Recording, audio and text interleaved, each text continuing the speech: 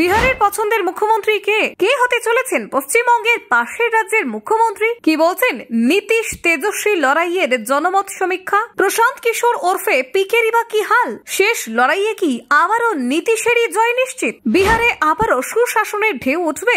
বিহারে ভোটের দামামায় নীতিশই কি এগিয়ে? সমীক্ষায় উঠে এলো বিশেষ চমক, এটাই আমার শেষ নির্বাচন। এই বলেই কি জনপ্রিয়তার শীর্ষে নীতিশ কুমার? বিহারে শেষ বাজি খেললেন নীতিশ। সমীক্ষায় স্পষ্ট বার্তা, বিহারের মানুষ এখনো কি নীতিশেই বিশ্বাসী? শেষ অধ্যায়েও জনপ্রিয়তার রেকর্ড। বিহারে নীতিশের ফ্যাক্টর কামব্যাক করলো নাকি? দেখুন, বিহার রাজ্য আবারও রাজনৈতিক উত্তাপের কেন্দ্রে। বিধানসভা ভোটের আগে একের পর এক জল্পনা, বিশ্লেষণ এবং সমীক্ষার মাঝে সোমবার নির্বাচন কমিশন ঘোষণা করেছে ভোটের নির্ঘণ্ট। ঠিক তারপরেই সামনে এসেছে একটি গুরুত্বপূর্ণ জনমত সমীক্ষা, যেখানে দেখা যাচ্ছে মুখ্যমন্ত্রী নীতিশ কুমার এখনো পর্যন্ত জনপ্রিয়তার শীর্ষে রয়েছেন। নিজেই জানিয়েছেন এটাই তার শেষ নির্বাচন, ফলে এই ভোটে লড়াইয়ের আবেগ আরো বেড়েছে কয়েক গুণ। জনমত সমীক্ষাটি প্রকাশ করেছে IANS ম্যাট্রিজ, যেখানে বলা হয়েছে বিহারের ভোটারদের মধ্যে এখনো সবচেয়ে জনপ্রিয় মুখ নীতিশ কুমার। সমীক্ষায় অংশ নেওয়া 42%-এরও বেশি মানুষ জানিয়েছেন তারা চান নীতিশই আবার মুখ্যমন্ত্রী হন। দ্বিতীয় স্থানে রয়েছেন আরজেডি নেতা তেজস্বী যাদব, যার পক্ষে সমর্থন জানিয়েছেন 23% ভোটদাতা।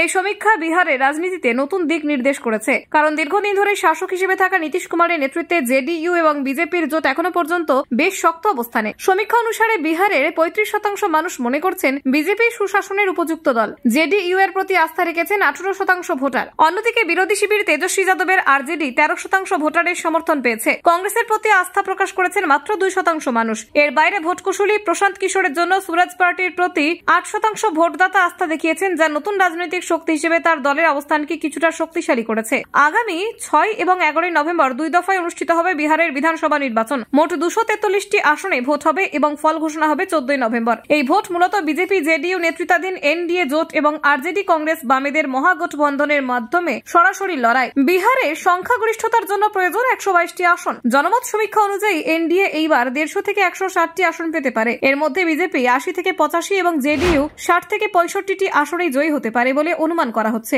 শরিক চিরাগ পাসওয়ানের এলজেপি এবং জিতন রাম মাঝির হিন্দুস্তান আওয়াম মোর্চা মিলিয়ে 10 থেকে 15টি আসন পেতে পারে। বিরোধী জোটের অবস্থা কিছুটা দুর্বল বলে মনে করছে সমীক্ষা। তেজস্বীর আরজেডি 70 থেকে 85টি আসন পেতে পারে। কংগ্রেসের 7 থেকে 10টি এবং 3 বাম দল সিপিআইএমএল, লিবারেশন, সিপিএম, সিপিআই মিলিয়ে 6 থেকে 9টি আসনের জয়ের সম্ভাবনা দেখানো হয়েছে। প্রশান্ত কিশোরের জনসুরাজ পার্টি 2 থেকে 5টি আসনে জয়ী হতে পারে বলে সমীক্ষায় বলা হয়েছে। অন্যদিকে আসাদুদ্দিন ওয়েসির মজলিস ই ইত্তেহাদুল মুসলমিন অর্থাৎ মিম 1 থেকে 3টি আসন পেতে পারে। যদিও এই সংখ্যা সামগ্রিকভাবে রাজ্যের রাজনৈতিক ভারসাম্যে বড় প্রভাব ফেলবে না, তা সত্ত্বেও শহরাঞ্চলে কিছু আসনে প্রতিদ্বন্দ্বিতা কঠিন করে তুলতে পারে। নীতিশ কুমার স্পষ্ট জানিয়েছেন এই নির্বাচন তার রাজনৈতিক জীবনের শেষ লড়াই। ফলে তার দল ও সহযোগী বিজেপির কর্মীদের কাছে এই ভোট মানে শুধু সমতা নয়, এক প্রকার উত্তরাধিকার রক্ষার যুদ্ধ বটে। তার নেতৃত্বে বিহারে দীর্ঘ 2 দশকের উন্নয়ন, সুশাসন ও স্থিতিশীলতার বার্তা নিয়ে লড়াইয়ে নামছে জেডিইউ। তবে বিরোধী শিবিরও কম যায় না। তেজস্বী যাদব যুব সমাজের সামনে নতুন বিকল্পের বার্তা দিতে চাইছেন। বেকারত্ব, দুর্নীতি ও শিক্ষা খাতে সংস্কারের প্রতিশ্রুতিকে সামনে রেখে তিনি বিহারে নতুন তরঙ্গ তুলতে চান।